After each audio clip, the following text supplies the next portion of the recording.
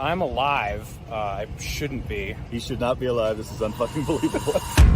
From the heart of trucker America, my boy Reed Coverdale, host of The Naturalist Capitalist. This is what government does. It sucks. If you think you're going to win people over by stating commonplaces, you're just selling the other part. It is about dictating every transaction that you have for the rest of your life. Mr. Potato Head. Coverdale is the guy to be president of the United States. You intimidated me with your perfect 74 stat. That was the beginning of my problems. He died doing what he loved, chasing a minor. But I'll put a 50 cal attached to my Suburban. Libertarians need to get out of New York. The gulag is going to be in your house. This guy's a fucking murderer. He deserves to be in a dungeon. Gotta get him out of that truck at night and get him into the White House. Hey guys, thanks for watching another episode of The Naturalist Capitalist. This is my third live stream today, so really getting after it, but it's good. It's all good. So a lot of you guys have seen that libertarians have been making it into the news and some of them into the debates around the country. Unfortunately, in New Hampshire, we're only making it into the news, not into the debates. But I just had Shane Hazel on last night, who made it into the debate in Georgia for governor. And today, I've got the Libertarian nominee for U.S. Senate in Arizona, Marc Victor, who was in the debate as well. And he's polling pretty well for a Libertarian out there in Arizona. Mark, how you doing today? I'm doing well, brother. How are you? I'm good. Thanks for coming on. Thanks for having me, man. So I got to address the elephant in the room because this is what a lot of people know you for, is your age of consent example that you gave for something that should be voted on instead of decided arbitrarily. I watched your video explanation for it. I get where you were coming from. I still think that was the worst example you could have used just because of the meme that is associated with libertarians and age of consent. But I wanted to let you just explain to the audience what you meant when you were saying that. If you watch the entire question and the entire answer, it doesn't come off as badly, but when it's clipped, it certainly isn't a good look. So I just wanted to give you an opportunity to explain what you meant when you said that. Yeah, well, actually, I didn't know what you were talking about when you said the elephant in the room, because this really hasn't been much of an issue. It has among some libertarians. I guess there was some issue in libertarian politics with some libertarian somewhere who wanted a lower age of consent or something. I was completely unaware of that issue. So it's really libertarians who blew this issue up, unfortunately. And I did make a video, and I would encourage people to go to my political website, which is liveandletliverevolution.com, and just check out my sort of comments after the video, which I think explain it very clearly. But to get into what I was talking about, we had just been talking about the issue of abortion. And, I see the issue of abortion as a very difficult libertarian question. I think this is obvious for people who've been around the libertarian movement, right? We've had libertarians for life, libertarians for choice. I think overwhelmingly, or the majority of libertarians sort of take a pro-choice position. I don't think that's exactly the right position for libertarians, and I'll tell you why. I think there are questions that libertarians encounter where reasonable minds disagree. And what I mean by reasonable minds here are reasonable libertarian minds, people who understand what I as a libertarian would call the non-aggression principle, what I now call the live and let live legal principle, exact same thing. People who are committed in good faith to that principle, trying to apply it faithfully to the libertarian philosophy, they just disagree. Walter Block, who's a friend of mine, calls these continuum problems. And so the case of abortion, in my opinion, is one of those cases, right? It's not a matter of when life begins. We know when life begins. That's a science question. Life begins at conception. There's no question about that. The issue really is, when do we afford rights to the unborn baby? Or said another way, when does the baby own itself? Or said yet another way, when does the non-aggression principle start protecting the unborn baby? Well, some reasonable minds say, look, at the moment of conception. They have arguments for that. Some say maybe 15 weeks. Some say later than that, maybe viability or some point later. excuse me, my point here is there's no libertarian right answer. And so when we encounter such a question, we have some options, right? We can fight about it forever and be at each other's throats about this, which I do not think is a good approach. Or a better approach, in my opinion, is to say, let's take the harder the question, let's put it in a smaller community possible. So abortion being a very hard question, let's put this in the city and town level, and let's pick a reasonable range of choices, right? There are obviously unreasonable spots here too. An unreasonable spot might be before conception. People take the position. In fact, a lot of these legal cases grew out of contraception cases. Some people take the position that we should outlaw contraception because the potential life should be protected. Okay, I see that as an unreasonable position. Some people might say after birth. Okay, that's an unreasonable time. So pick a reasonable range and then let the local community select from the reasonable choices within that range. There's a few things I like about that. One is, I don't think any of us is entitled to our own personal construction of the principle. I think what we are entitled to is at least a reasonable construction. And if you let the local community select a rule there, then what you get is at least a reasonable rule. But the second thing that I like about this is it puts market forces on the question, right? I mean, if city A picks one reasonable choice and city B picks another reasonable choice, if you don't like that choice, it's low transaction costs to move, to boycott, refuse to do business with, whatever, shame, whatever you want to do. And of course, this will put market forces on the question. And then ultimately, I don't think we're going to get 500 different rules here. What we'll get is communities will coalesce around the one or two or maybe three most popular rules. And then it may go back to the state level, right? If enough communities say, hey, this is the choice we're all making, there's an overwhelming preponderance of this, maybe it becomes less of a controversial question. And now it's back to a state level question. Okay, so with that backdrop to the discussion we had just had about abortion, I was making the point that there are other questions. One question, which is a good one to talk about, is the issue of what is a substantial risk. I take the position, along with Murray Rothbard, and I think most libertarians, that putting another person or their property at substantial risk of harm, said another way, to put somebody in danger, that's also aggression. It violates the rule. But what exactly is a substantial risk of harm? Okay, reasonable minds disagree here too. Think of a residential neighborhood with, 2 tons of TNT recklessly stored on the property in a residential neighborhood. That's very likely putting another person at a substantial risk of harm. One firecracker, that's not putting somebody at a substantial risk of harm. Well, somewhere in between those two spots, reasonable minds disagree.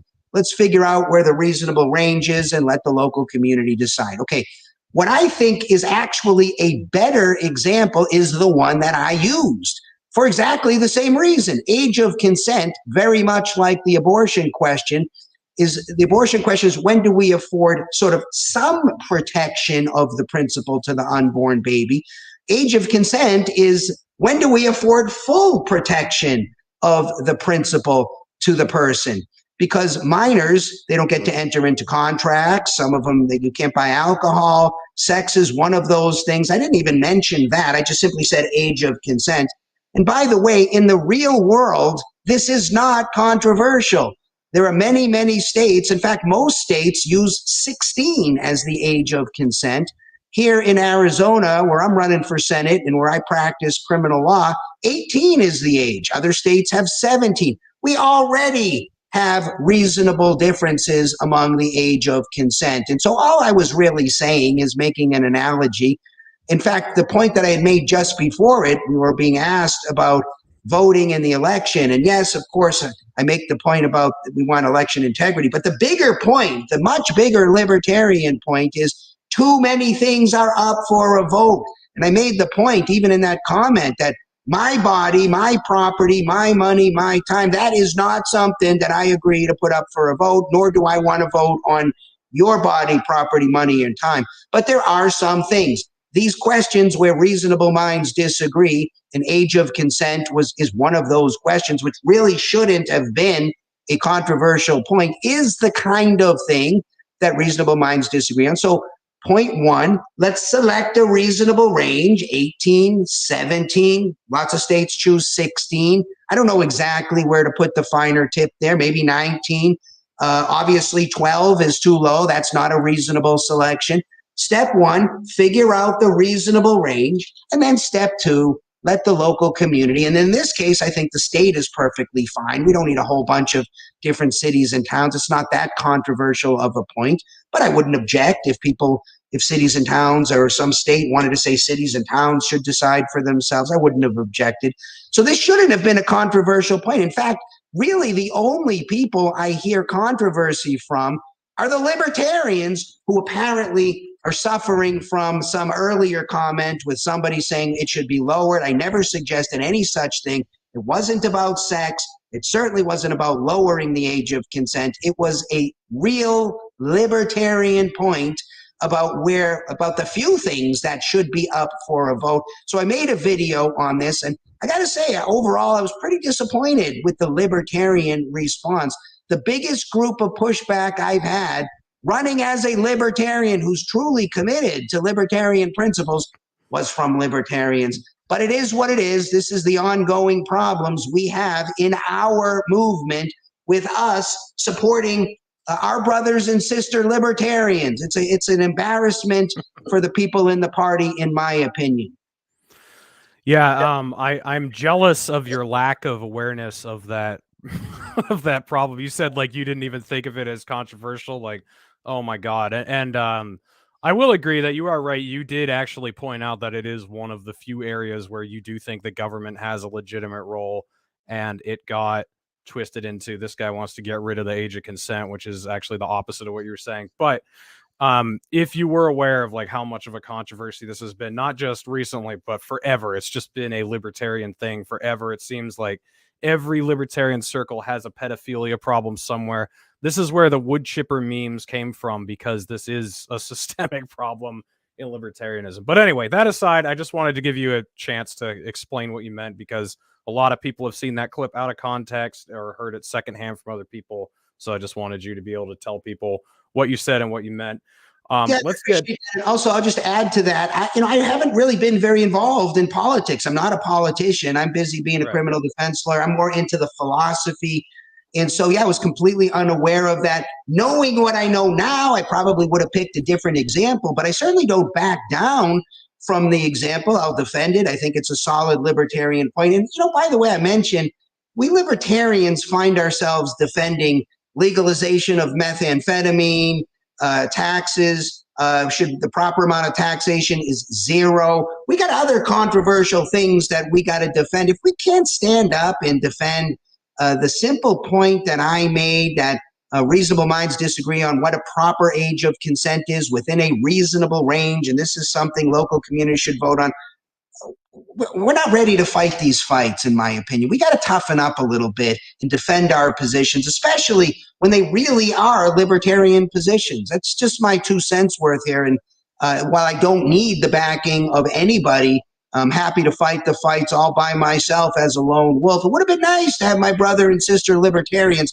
In fact, Dave Smith was one of the first ones to lead the charge here. And while I like Dave, I sure would have appreciated a phone call from him or an email or something to say, hey, Mark, what the heck are you talking about? Can we have a discussion about this? And I've emailed Dave several times offering to talk to him about this, and it's been met with crickets. I don't know why. Again, I like Dave. I think he created a lot of the ruckus here. He called me a clown. He said he brought guys on his show. They were talking about Marc Victor wants to lower the age of consent, all bunch of horrible stuff that's just simply not the case. And then he came out and endorsed Blake Masters for who knows what reasons. I don't know how we have a libertarian party if we have legitimate libertarian candidates pushing libertarian positions and we're pushing Republicans who aren't even close to libertarians. It just doesn't make sense to me. Anyways, I agree that we are quick to throw each other under the bus in general, and I don't find that attractive because, like you said, we have a big fight ahead of us, and if we are going to turn our backs on people as soon as they're in a negative spotlight, that's not good, because all of us are going to be in a negative spotlight if we're serious about the policies we're advocating. But let's leave that drama behind. I want to get into this race, so I'm gonna show your campaign website here for a minute. So to me, the number one issue, and we talked about this when I was on your show, the number one issue is foreign policy to me in general, just because, and I know you're a veteran, but foreign policy is so all encompassing in what it covers. I mean, it causes inflation, it causes more, more authoritarian surveillance measures to be passed. It's conscription, it's murder, it's property destruction. You have all these people who go to fight wars in Iraq and Afghanistan and come back and train to be police officers. They've been trained to literally know how to kill people, and then they become police officers, and you're not expecting any sort of massive violence coming from them. It's a problem that causes so many other problems. So in general, it is the most important issue to me. But then right now, it's even more important. We've got U.S. airborne troops on the border of Ukraine ready to fight Russian soldiers. We've got tensions escalating over there like crazy. And then on the other side of the world, tensions with China are on the rise, and, over Taiwan. So I know you and I talked about foreign policy on your show a little bit. I just want to show your website here and what you have to say. And so you say war is the absolute worst expression of humanity. Given our technology today, almost any war can result in the mass murder of innocent people. While there may exist arguments to mitigate punishments in certain cases, any harm to any innocent person is always unjustified and deserving of legal consequences for the aggressor. So most of this is pretty theoretical. I read through it before doing the show. What are your specific views on what's going on in Ukraine and what's going on in, over in the South China Sea with tensions rising with China? What do you think the United States position should be? I know you've made videos about this. You can direct people to those, but summarize for us what you think the United States policy should be addressing these conflicts. I guess I would start by asking people, especially libertarians. I'm assuming we got an informed crowd here listening and watching your podcast. I'd encourage them, go to liveandletliverevolution.com. Start with my issue. And by the way, I put a lot of information out there under my stance. There's a lot of issues there. Read the one on foreign policy, because I think how you come down on this first question makes a lot of difference. And I think libertarians disagree about foreign policy because how do we think about foreign policy? In other words, when you're dealing with individuals, and this is what I do as a criminal defense lawyer, right? If it's Mark and Reed, that we can analyze what I do and what you do and my history and your history. But when you're dealing with countries, it's not quite so simple, right? Because the United States been around over 200 years, and you have completely different people running the show now than you had then. And so sometimes we libertarians like to take an approach and say, well, the United States did this in World War II. The United States did this in Vietnam. The United States did this in World War I. The United States did this in the Civil War. Well, okay, I guess if you pretend the United States is like a person with a propensity for violence, that makes sense. But that's really a fiction, right? The whole government is a fiction. It's a collection of people. It's a gang of people, if you will. So I prefer to analyze it differently than the sort of person approach. I like to hold people accountable for what they do. In other words, I look at the people who are operating the mechanisms of government and hold them accountable for what they've done. So in other words, I view more individual situations than sort of the general conduct of things. So I guess let me start by saying I analyze foreign policy issues exactly the way I analyze any other self-defense question. If another country has aggressed against our country, well, that's what our military is for. If somebody, and we may not have a choice, right? It's like if somebody comes up to you on the street and starts punching you in the face, you could say, I'm anti-war or I'm for peace, but now you're in a fight. And if you're in a fight, you should win the fight. So maybe different than a lot of libertarians, I think our military is a tool. I think it can be used for good and bad. The same with the AR-15. It's why, people who call it an assault rifle, it's a misnomer. It's a rifle. It can be used for assault. It can be used for self-defense. The military is the same way. It's a tool.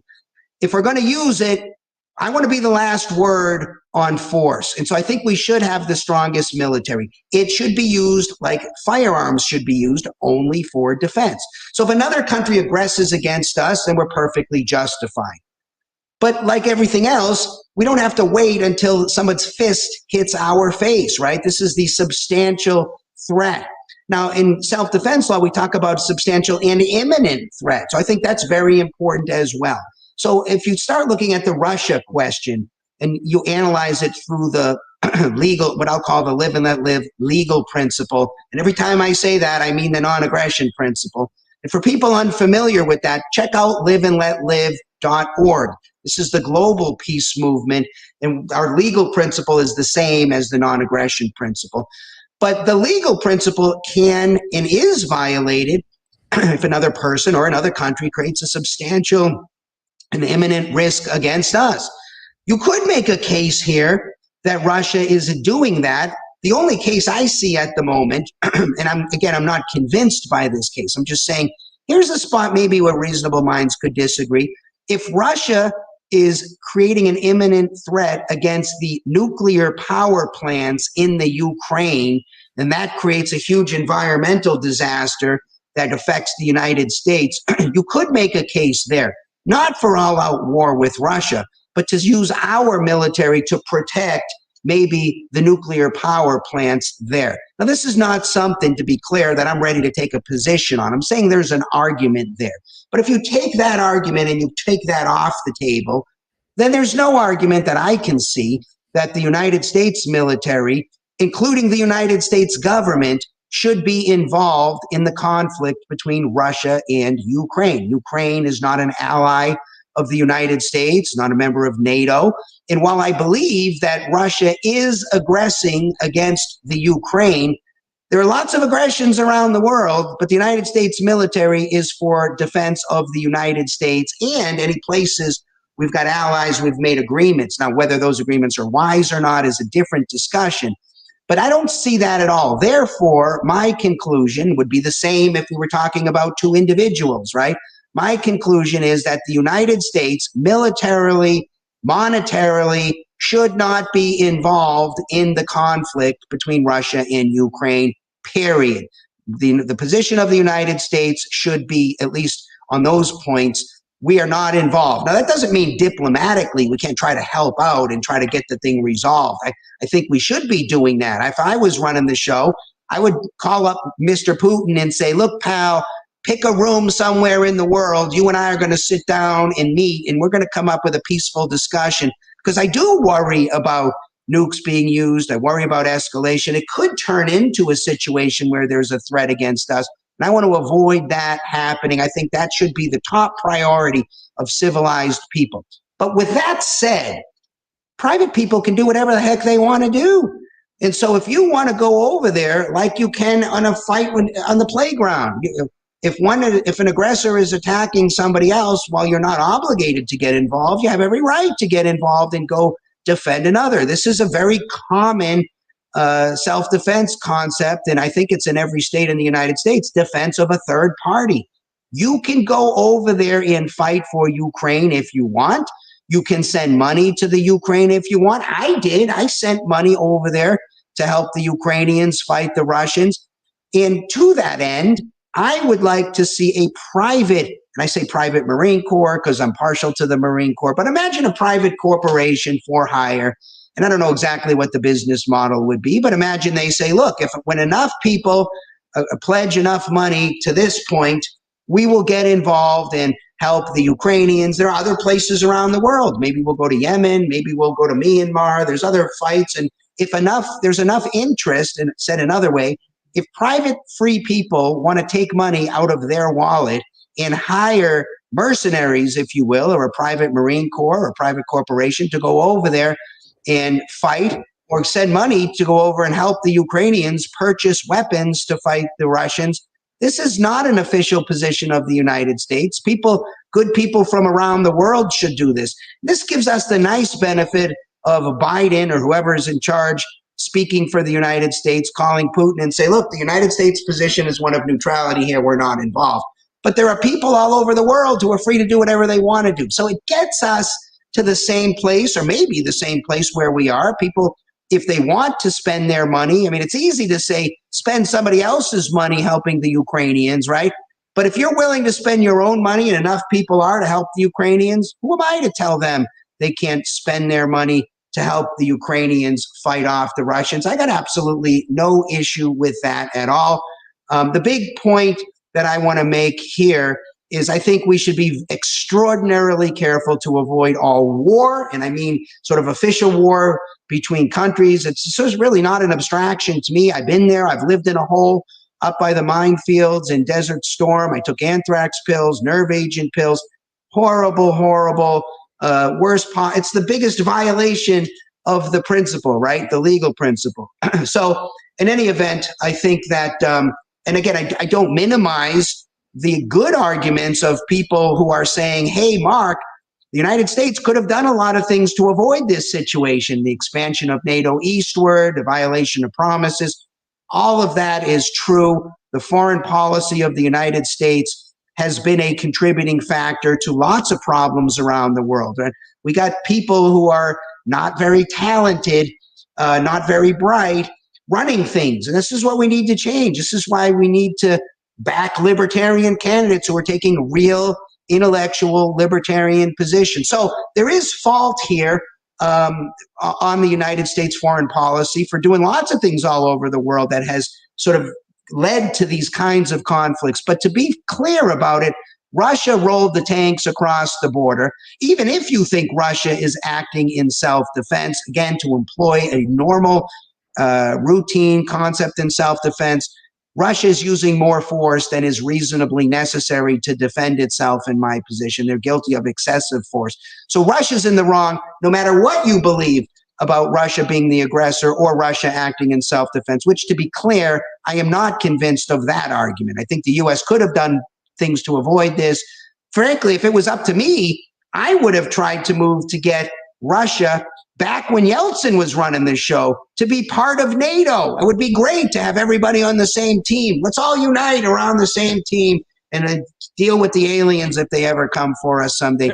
I want to avoid war. If it takes getting everybody on the same team, fine. That probably would have been the better approach, but we are where we are because we've had ridiculous foreign policy decisions up to this point. I worry about the future. We can't afford mistakes. We got lots of reasons to be much more careful and work towards peace. That's why I started the global peace movement in the first place. Okay, so this is what we got into when I was on your show. On a theoretical level, when you talk about going over and fighting individually or individually sending weapons or money, I get where you're coming from. However, especially when it comes to sending weapons or, having a private force go and fight in the real world today, that's going to be like, not Blackwater. It's going to be like the Blackwater guards in Afghanistan, or it's going to be, weapons funded by the U.S. government to put some other puppet government in place. I mean, that's how these things realistically happen. Because you hear that is people not saying, what I'm suggesting at all. I am not. Well, no, I understand that's not what you're suggesting. However, in the real world today, that is the type of thing that would take place. Don't you agree? Well, yes. There's always transition questions, right? I think we got to be careful as libertarians to separate philosophy from implementation questions, from transition questions. These are different questions. So, it'd be like saying, okay, just to make an analogy, we libertarians agree that taxation violates the principle. 1% taxation is 1% wrong, right? It violates the principle. But what to do about that? Do we pull out the rug and stop all taxation this very second? Or do we gradually move? If we gradually move, what do we do first? What do we do next? These are places, there's no libertarian right answer, and we damn sure should not be at each other's throats about this. Let's just get agreement in principle first, and then start discussing how we implement, how we move. So yes, I agree. In today's world, if you dropped what I just said into today's world, yes, you would get the United States sending weapons, you would get BlackRock, you'd get all kinds of corporate cronyism and this, that, and the next thing.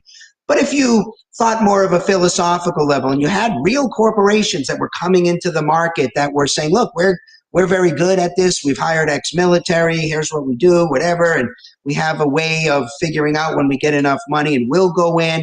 And of course, I don't want to send weapons this is the same as a proxy war, right? What I want to do is have private individuals send money to a fund in the Ukraine where the Ukrainians can then purchase weapons from weapons manufacturers. So the United States can have clean hands and say, look, as an official policy, we are neutral. We are Switzerland. We are not involved in this. But to be fair about it, we have free people in our country and they're free to do whatever they want. And we stand behind that. This is great, right? Who's Putin going to be upset with? Marc Victor for sending money to the Ukraine? So this is the way, in my view, it should work. What we want are people making decisions with their own money, not people making decisions with other people's money. Yeah, I get you. And I understand the difference between a philosophical realm and a practical realm. And that's actually the point I'm trying to make. I mean, if you're talking to me about this stuff privately, I totally understand where you're coming from as a libertarian. None of these ideas are foreign to me. It all makes sense. But when you're running for Senate, or you're saying it on a public platform, the way that it's going to be interpreted or the way that it would be implemented nowadays is very different. So I think it's just, as you said, it's very important to draw that distinction between what is ideal and what is realistically going to happen. So let's take a look at the other two candidates. I'm going to bring up Mark Kelly first. This is what he said on May 19th, 2022. He voted to pass the bipartisan emergency aid package for Ukraine, which was the $40 billion package. He said, Ukrainians have shown incredible resolve and resilience in the face of Vladimir Putin's illegal and unprovoked war. This emergency aid package will equip Ukrainian forces with the additional weapons and resources needed to defeat the Kremlin's assault on their democracy. In order to ensure Putin's defeat, we must remain united in our support for Ukraine and continue coordinating and working closely with our NATO allies. So what is your response to Senator Mark Kelly's vote in favor of sending all this money stolen from American taxpayers used to fund a proxy war, and then his claim that we need to continue working closely with Ukraine and our NATO allies?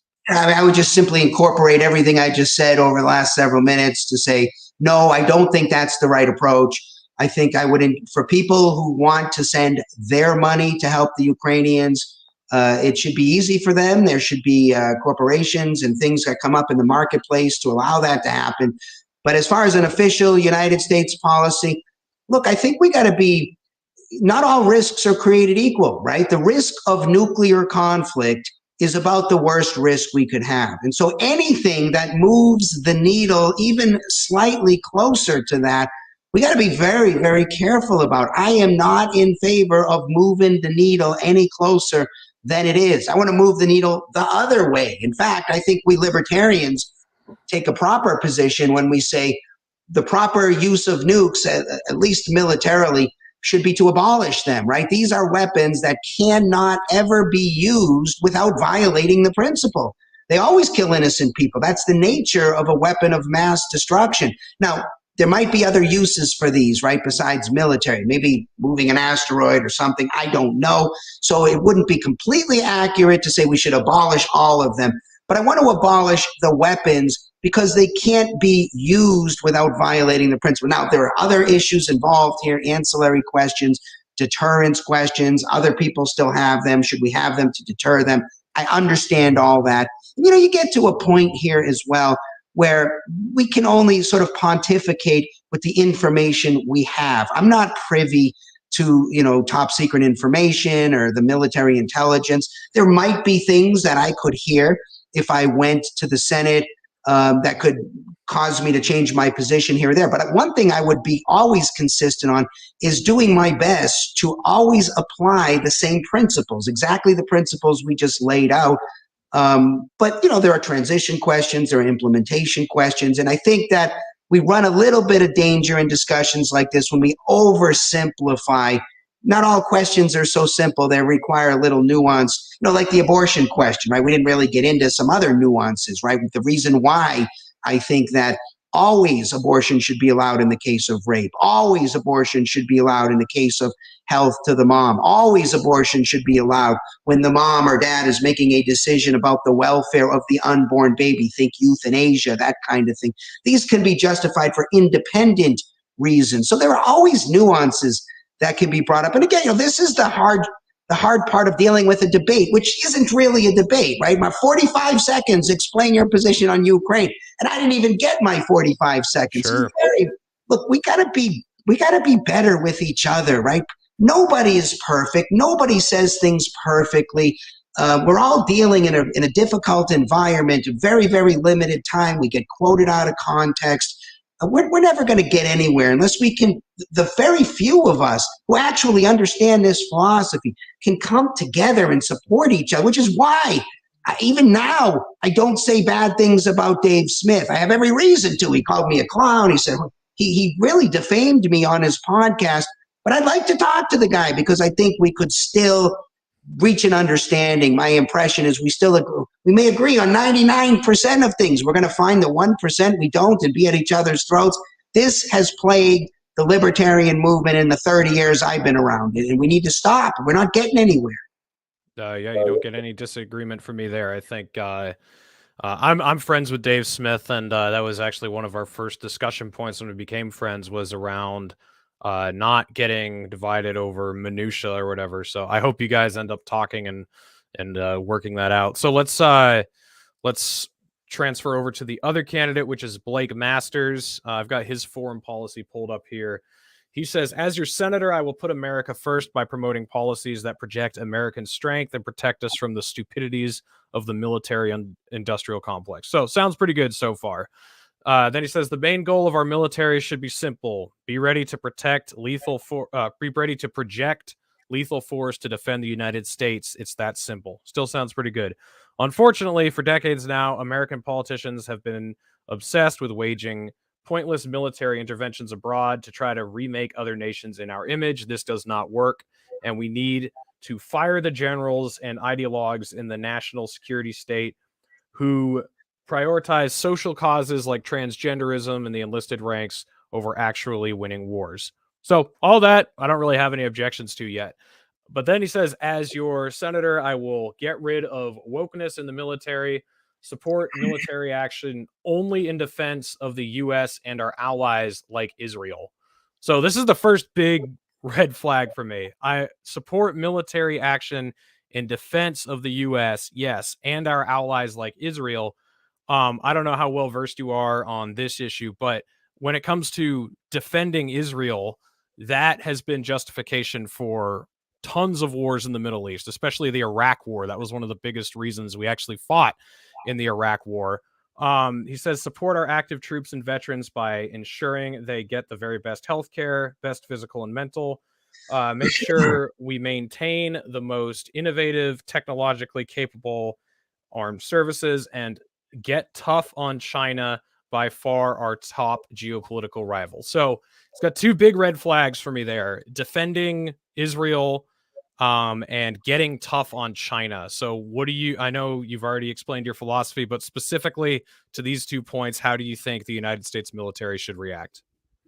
Well, the question in my mind regarding Israel is, what exactly have we agreed to do with Israel? Okay, I think that the United States should honor whatever deals it's made. If they've made bad deals, we should move to get out of those deals, right? I don't want to be the world's police. If we're going to make a deal to defend somebody, there should be a benefit to the United States, right? Ultimately, if you play out what it is we discussed earlier, right?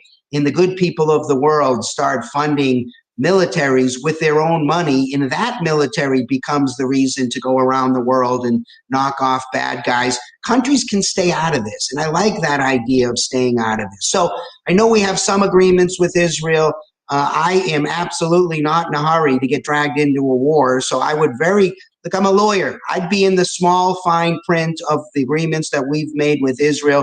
If we have obligated ourselves to defend them, then we will defend them and use the least amount of force that is reasonably necessary to defend them to the extent we've agreed to do that, nothing more. It doesn't involve nation building and things like that. The China thing, I think, is a little bit more difficult. I think that look, we got to be very careful with China here, right? Because China is a military power. China has nukes. I think that, and also China has made no threats against the United States.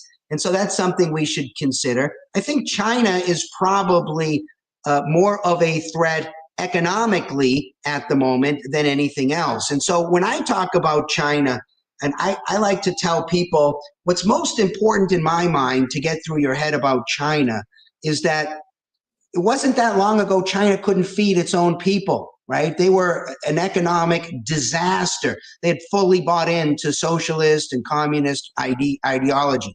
What happened? Why are we talking about China? We're talking about China because China pivoted. They had to, so they could feed their people towards capitalism. That's how China grew their economy. That's why China has a powerful military. We're not talking about Venezuela. We're not talking about Greece. Why? Because they pivoted towards socialism. So how do we look? We can't just wish to be the most powerful military. The only way you get the most powerful military is by having the most powerful economy. And the only way you get the most powerful economy is by having a free market economy. And the way you get that is by respecting the live and let live legal principle or the non-aggression principle. So it always comes back to the same thing. You want to be the most powerful military, be the most powerful economy. How do you do that? You have a free market economy, which means you let people spend their dollars. The owners of those dollars spend their dollars the way they want to spend their dollars. Regarding Taiwan, we have a crazy policy with Taiwan right now. We've agreed to the one China policy. We're saying, okay, fine. Taiwan is part of China. We've also agreed to if you will, fight a proxy war if China invades Taiwan. I rather like our ambiguity right now regarding Taiwan. I don't want to draw a line in the sand like I believe Blake Masters does and say, here's the line. Okay, that's great, and it sounds tough. What happens if the Chinese cross the line? Now we're obligated to go across that line. This is exactly what Donald Trump did with the Iranians, right? He said, look, when he knocked off that general, which maybe not was a good thing. I'm not privy to the intelligence, so I don't know. But let's imagine that was justified. Let's say he killed an aggressor right there, which is the only way it would have been justified. Then the Iranians said, we're going to have a response. And then Trump said, look, if you go after our troops, which they definitely could have done, we had troops in the area. He said, we will rain down hellfire on you like the world has never seen before. Okay, that's a big statement in my view, especially now you're putting the ball back in the court of the Iranians. Fortunately, when I'll say the cooler heads in Iran opted to shoot the missiles not at our troops, but off to the side. But what if they had chosen to fire them on the troops? Now, Trump is in a position to rain down hellfire like the world has never seen on the Iranians, who might have been backed by the Chinese or the Russians, and that might be an express ticket to World War III. Not interested in that. Not interested. So I like our policy about Taiwan where we say, look, we're not going to say exactly what we're going to do, but I think we're in an untenable position with the China-Taiwan situation. What we should be doing is sitting down with them and coming up with a win-win deal, not America first, but win-win. We can't be thinking America first. We can think, yes, we want win for America, but it's got to be a win for the other countries as well. Don't tell me there's not a way we can broker a deal that makes China happy, Taiwan happy, and the United States happy, where we can reduce all of this tension on nukes and maybe even get a deal to start reducing nuclear weapons and let the Chinese use their influence with North Korea and some other places. We really got to start sitting down. I'll give credit to Trump here. I liked that he talked to the North Korean guys. I liked that he was willing to talk to people. I'd be willing to talk to everybody and anybody. And we should be, our top priority in foreign policy should be trying to roll back nuclear weapons. And look, Ron Paul said it best when he said, you're either going to get goods and services moving across borders or bombs and guns moving across borders.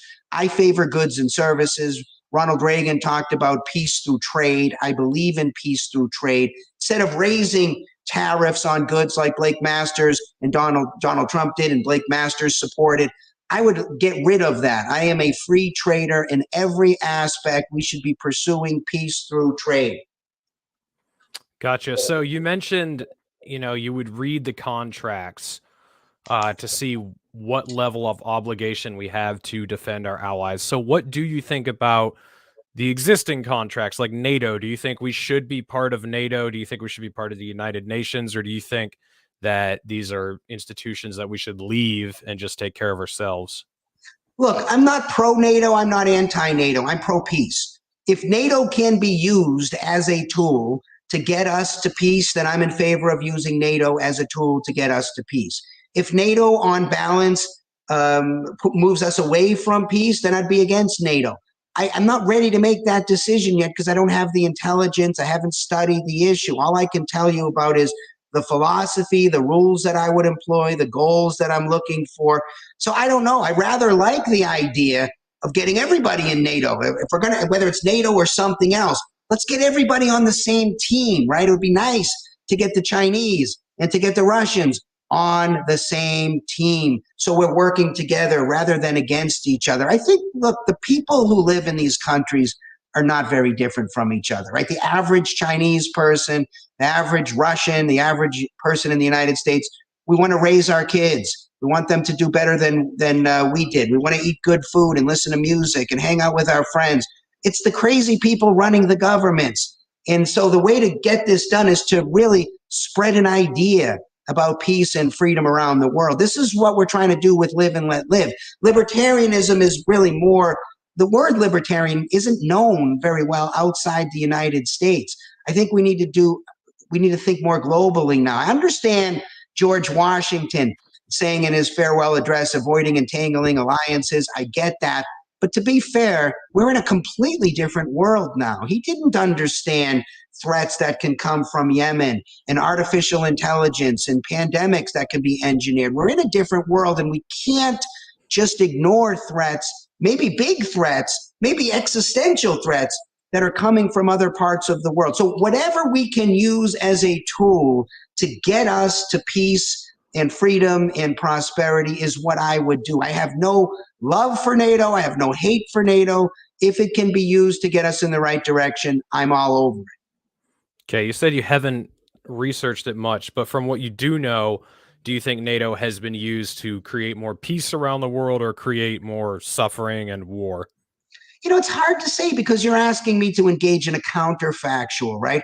What would have happened? It's like saying what would have happened if the United States didn't engage Hitler in World War II. It's hard. We don't know what would have happened. You've changed. We've all seen that movie, The Butterfly Effect, right? You change one thing and you can't predict what's going to happen. And so that's really an exercise in futility, would be guessing. All I can say, what I'd love for us to all get our heads around is, let's agree on the principle. Let's agree we're against aggression. Let's agree on the main things and then say, what is the best way to transition us to a world where these risks are minimized? We can't eliminate them. Utopia is not an option for us to select, but I think we can move in a certain direction. I'd like to have sit-downs. I would love to sit down with Putin and talk to him about the Russia-Ukraine deal. I think a deal could be reached right now to get this thing resolved over there. And frankly, I think this is urgent.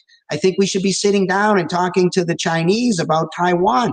These are hotspot issues that if they're not on the front burner right now, they could be on the front burner in a matter of a few hours. So we need to resolve them. We can't put the security and safety of the world at risk here. And, there's another point where if you were ready to move off of this point, I wanted to make a point about Blake Masters and his wokeness with the generals, and this ties into my dispute with Dave Smith. Now a good time for that? Sure, go for it. There were some comments that I made in the debate in response to Blake Masters. He was sort of making this case that all of our generals are now pushing wokeness and they're all incompetent. I'm sort of against labeling groups of people. I think this is a big problem we have in society right now. All cops are, all this group is, all that group is. And I was simply making a point, and I raised Mattis's name, and this sort of set Dave Smith on fire because he says that he didn't like Mattis because Mattis and Trump were at odds about pulling troops out of Syria. Fine. I don't take, that's fine. Maybe he was right on that issue. But I wrote this to Dave Smith, and I want to just tell you what I wrote to Dave here about why I invoked Mattis's name. I said, Mattis strongly opposed using the U.S. military as the world's police. That's a big point for me. I liked very much that Mattis opposed Trump's misguided efforts to use the military during the Floyd protests. Mattis was keenly aware of the dangers of using the military against civilians on the streets of the U.S. He opposed Trump's efforts to divide people and was instead a uniter of people. He wrote a public letter on this issue. He disagreed with Trump and agreed with Ron Paul on the Iranian nuclear deal. He disagreed with Trump and opposed assassinating Assad. He was against unqualified support for Israel and supported a two-state solution to actually get peace in the Middle East. Like me, he was a fan of Stoic philosophy. I like those things about him. Nevertheless, I understand your position here too. So Dave Smith was all upset with me because I invoked Mattis's name as an example of a general who wasn't pushing wokeness and who wasn't incompetent. Yes, I agree he's no libertarian. He wasn't perfect. But to sort of try to shred me publicly because I pushed back on Blake Masters' overgeneralization about all the generals being these sort of fans of wokeness. And again, I agree with him about wokeness. Having served in the Marine Corps, this is no place for wokeness. Look, I'm not I don't even know what the hell wokeness means, to be honest with you. I'd love someone to give me a definition. But if you want to believe in wokeness, as long as you're not an aggressor, have fun.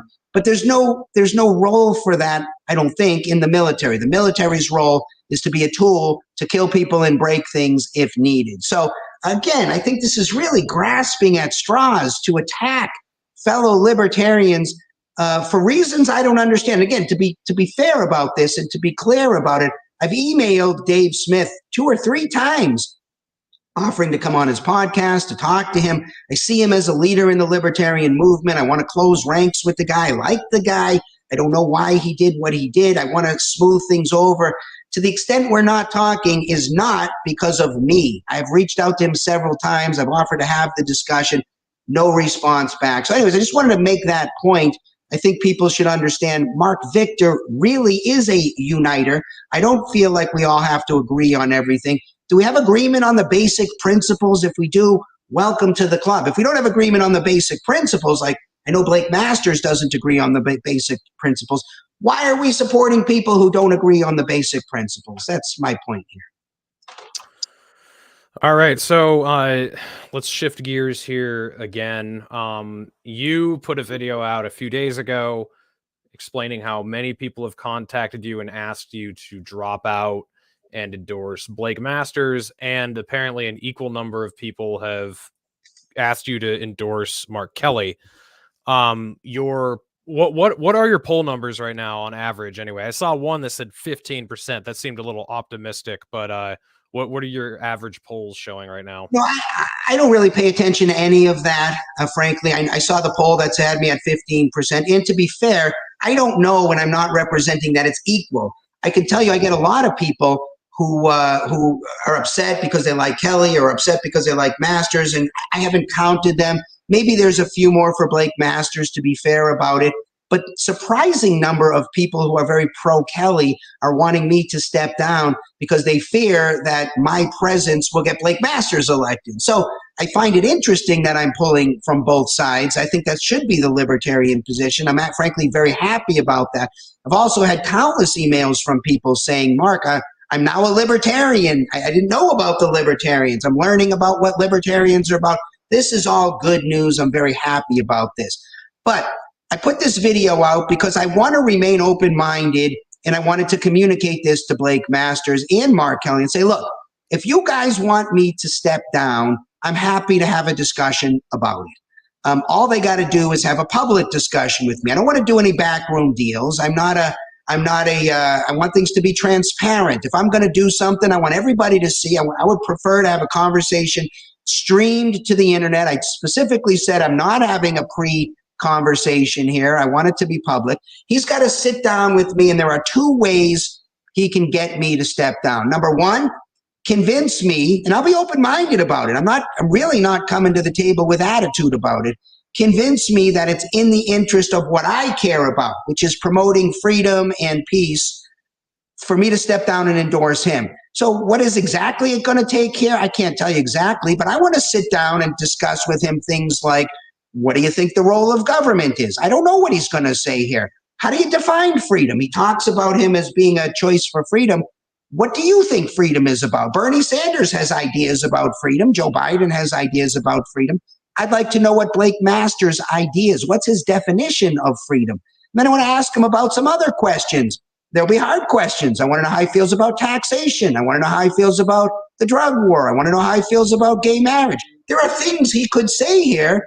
I'll even take him saying, look, Mark, I understand and I agree with your position. I don't know if people are ready for that. I want to transition there in a slow way, blah, blah, blah. Okay, not my position. I don't agree with that. But I'll accept that as a real freedom position. That might get me to step down and endorse him. But I want to be honest about it. I want it to all be out there in the open for everybody to see, because I'll, of course, be criticized no matter what I do. But I want to do everything with integrity. If I step down, I want to be able to say, here's why I stepped down. Here's what Blake Masters said. And I need to, in good conscience, say, I really do think it's in the interest of freedom for me to step down and endorse him. That's number one. Number two, say he doesn't convince me, because I didn't want it to just be my subjective opinion. The other way he can get me to step down is if we have our open public conversation. And I said, if my poll numbers go down after that conversation, all I really need to see is the first three polls. And if they show me going down, I'll step back and I'll say, great, they heard what I had to say. They heard what he had to say. They're supporting him. I'm out. No problem. Done. So either of those two things could get it done. I don't know what the guy's about. We had this debate, and I put that in quotes. This wasn't a debate. We didn't have an exchange of ideas here. To do this thing properly, he and I would sit down for several hours and really see where each of us is coming from, and then have a real discussion publicly. And I say, Blake, I understand your position. Here's your underlying philosophy on this, this, and this. Let's talk about how that contrasts with my underlying philosophy, which you now understand as well. That's a real exchange of ideas. That's what I'd like to have, not 45 seconds. Look, I got 1 minute. 1 minute, Mark. Explain who you are, what you've done in your life, and why people should support you. 45 seconds on fixing the economy. 45 seconds on immigration. And we couldn't even ask each other questions. This was ridiculous. This thing was a circus. And it would be nice to have a real exchange of ideas. That's all I'm asking the guy for. And if he's not willing to come talk to me, I don't know how he's fit to be a United States Senator. People want to be upset with me because Blake Masters doesn't get elected and they perceive that I'm taking votes. I say, talk to Blake Masters. Talk to your guy. In fact, I will say something else on this point. Last night on Hannity, Blake Masters was on. And I got to say, I was very disappointed and shocked to hear him say that he has spoken to me. Hannity specifically asked him, they talked about that libertarian running for office, and Hannity says, have you spoken to the guy? And Blake Masters said, yes, I have spoken to him. And I said, oh, no, you haven't. You just flat out lied on national TV. Not only that, you made me look bad because I specifically said I wouldn't have a conversation with him privately. I will say he did call my office looking to talk to me. He didn't get through to me because I instructed my front desk to tell him that I'm only interested in a public conversation, no backroom deals. But I told ABC News about that. They're actually the ones who brought it to my attention. I don't know if this will become a big story or not. But to start out lying, look, I don't lie about anything. If someone wants to know what I'm talking about, ask me. I'm happy to tell you. You want to know what's in my head, what's in my heart? Ask me. I've been saying the same things for 30 years. I got speeches that go back decades. Happy to explain. Look at my website. I put a lot of information about a lot of issues. I got more information on my website than probably the other two guys added together times 10. It's easy to find out what Marc Victor is about. All you got to do is be interested enough to look. I'd love to know what Blake Masters is about. Let's have a conversation and find out. If he's unwilling to do that with me, shame on him. He can blame himself if he doesn't get elected and he wants to point at me. I'm going to just say, look, man, I was happy. I gave you 2 options to get me to step down. Both of them started with a public conversation, which, by the way, I've committed to having in a civilized, open-minded kind of a way. I'm not going to attack the guy. I want to sit down. I want to know what the guy is for. Gotcha. Yeah, just my opinion. I watched Blake Masters on the Liberty Report, and I've read up on him a little bit. I read his article that he wrote. I forget if it was, I think it was for antiwar.com 15 years ago. Well, it's about the Lusitania. Well, that's what it is. Yeah. And he definitely has shown that he has leanings in our direction in some areas. I'm super unimpressed with some other stuff he's said. But my thought on this whole thing is if libertarians are going to line up behind him, they should at the very least want to extort him into taking better positions than he has. Because I know a while ago he used to identify as a Rothbardian, an anarchist, basically. I've read some of his other stuff relating to issues other than war, and he was one of us. So he obviously understands the arguments. And in my mind, if he really is sympathetic to our views, like a lot of people say he is, it should be very easy for him to make concessions to us. And, a lot of people are saying that, he's basically an undercover libertarian. Once he gets in there, he's going to actually, vote for a lot of stuff we like. I don't know anyone who's done that, who runs undercover as one of us and then gets in there and does stuff we like. If anything, it's the opposite. I mean, I still like Rand Paul. He's way better than any other senator. But compared to how he ran his campaign in 2010, he's fallen quite a ways from then. If anything, you end up being less libertarian by the time you get into Congress. So I am not convinced. But let me also say one point here. Sure. He did write, it escapes me exactly where he said this. I'm sure we could find it. Libertarianism doesn't work. Right. And I'm in favor of using the coercive mechanisms of the state to enforce conservative values. I don't know what that means. That sounds pretty scary to me. Those are the kinds of things I'd like to ask him about. Because I want to know, what is it about libertarianism that doesn't work? That'd be an interesting question. And what is it you want to use the coercive mechanisms of the state to enforce on us? What conservative values are you talking about? So all those are the kinds of things, I think, before any libertarian supports this guy. Look, I ran 10 years ago, and I got pressure from people who said, Mark, you're running against Jeff Flake. Jeff Flake's one of us. He's a good guy. And if you beat him up too much, we're going to get the Democrat Rich Carmona. And I regret listening to some of those voices, and I went a little easy on Jeff Flake. And Jeff Flake got elected, and he did his 6 years, and he went in and he went out, and nothing happened. I absolutely guarantee that's what's going to happen with Blake Masters. Maybe we get some mostly crappy bill that he stops, or somewhat decent bill that goes through because of him. But in 6 years, we're going to be having we know this already. If he gets in, we are having exactly the same discussion on the same issues that we're having right now today. If you really want to change, I can guarantee you Marc Victor will be unaffected by what's going on in Washington. I will go meticulously from senator to senator and put them in the proverbial headlock and work on them for the libertarian / live and let live position. If I can get them moved in that direction, I will. If not, I'm done with them. Yes, if I can get a bill through that's on balance, more pro-freedom, or stop a bill that's on balance, less pro-freedom, I will do that. But that is not where change is coming from. Change is coming from sitting on the couch at Fox News and talking to millions of people out there, and sitting on the couch at CNN and MSNBC and giving a hardcore, no compromise, taxes violate the rule.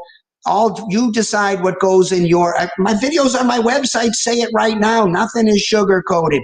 You decide what goes in your body or what doesn't go in your body. You are the unapologetic, iron-fisted dictator of that. Now, if you think the world will be better because Blake Masters is going to be marginally better. This is what we've been doing the entire time. Right. I don't think it makes sense for libertarians to support a guy who's marginally better in one election to get one seat. Do we really want change? We need change. We need real revolution in how we're thinking about government and politics and how we interact with each other. If that's what you got in mind, I'm the only one who brings that forward. I also put another video out there. If I get to 10%, and I don't know if I'll get to 10%, but if I did get to 10%, might encourage me to run as a Republican next time. And by the way, whether I run as a Republican, a Democrat, a Green, an Independent, it will make no difference whatsoever. I won't change one thing I'm saying. I don't change what I'm saying based on who's supporting me, who's sending money to me, or who I'm talking to. I say the same thing to the Communist Party, Chinese Communists, that I would say to the Libertarians. You can take any of my speeches; they'll be the same no matter who I'm talking to. If that, I think that's what we need. I wish more people would step up and do that. Let's get that attitude out there. Let's gather a new group of people. And by the way, the time is right. We got the radical left and the radical right. And then there's this big group of people in the middle who are now willing to listen to something new. That's the group I'm appealing to. We should be supporting candidates running down that lane right now. And there's more than just me. But for libertarians, especially leaders in the libertarian movement, to say, no, support the guy who's got a marginally decent position on one or two issues. What are we doing? We're shooting ourselves in the foot, in my opinion. All right, man. Well, everyone's heard your case. I certainly agree with you that as things stand, you should not drop out and endorse Blake Masters. I think if he wants to win libertarian votes, he should be able to do that with his position as the Republican nominee by just sounding libertarian. It'd be pretty enticing for libertarians if he just said stuff instead of, like you said, flagrantly telling us that our ideas don't work and moving away from non-interventionist positions and, you know, pushing more authoritarian positions. I think it should be pretty easy for him to get the support of libertarians if he wants to. Absolutely. He can get my support if he wants to. Show me that it's in the interest of peace and freedom to get you elected. I'm not asking too much here. I mean, what is it about libertarianism you think doesn't work? I'd like an answer to that question. Yeah, well, I hope he answers you. That would, you know, if you are able to have this conversation, in my mind, even if he doesn't make concessions, or if he does make concessions and then doesn't follow through on them, it's nothing but a win for us that optically Republicans know that they need libertarians if they want to win, and that they're going to keep losing unless they start listening to us and, you know, governing a little bit more the way we would want to. And if we were in a different time, maybe it would be the Democrats. They're typically further away from us these days because they've just gone so off the wall nuts. But both parties, if they want to win, I want them to start getting the message. They can't do it unless they start sounding more freedom-oriented, less warmongery, and more libertarian in general. So anyway, man, I've had you for an hour. Thanks for coming on the show. I know it was a little tough with the questions there, but I know you're up for it. So where can people keep up with your campaign, and what do you need? Are you looking for signs, money, donations, volunteers, all the above? What do you need over the next 2 weeks before the election? Well, the campaign is liveandletliverevolution.com. And by the way, that website, I intend to use that as the mothership website for Live and Let Live candidates all over the world. I wish we had spent a little bit more time talking about this. Really, this is really what I care about, the big project, the global peace movement that we call Live and Let Live. We got to get people around the world together. And so that's the idea here, is that Live and Let Live Revolution will be the homepage website for people in Africa and people in Portugal and Poland and all over the place running for office on the same Live and Let Live kind of a platform. And then that'll link to their own local platform. So that's what we're trying to set up here. I'm not a politician. I'm not trying to run as a politician. I never thought those signs that say, you know, vote for Bob. Why is that effective? That's stupid to me. I'm a guy with great ideas. I want people to come to the website and learn about the ideas. I believe the ideas themselves are strong enough to carry what it is we're saying to win the day. If we need signs and bumper stickers to make this happen, we're back in the same old. These are people who don't really understand our message. We got to get people to actually understand our message.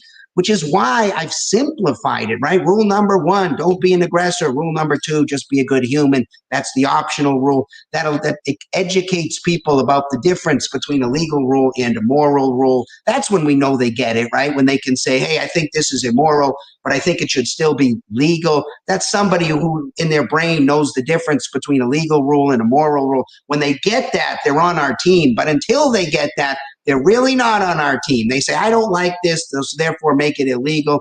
And so what I've done is I've really simplified. I've taken, as a criminal defense lawyer would approach a jury in a case, what is it we got to communicate to people so they can understand? That's what Live and Let Live is about. So I'd ask people in your audience, go to liveandletlive.org, join the movement. It's free. Check the box that says you agree with the 2 rules.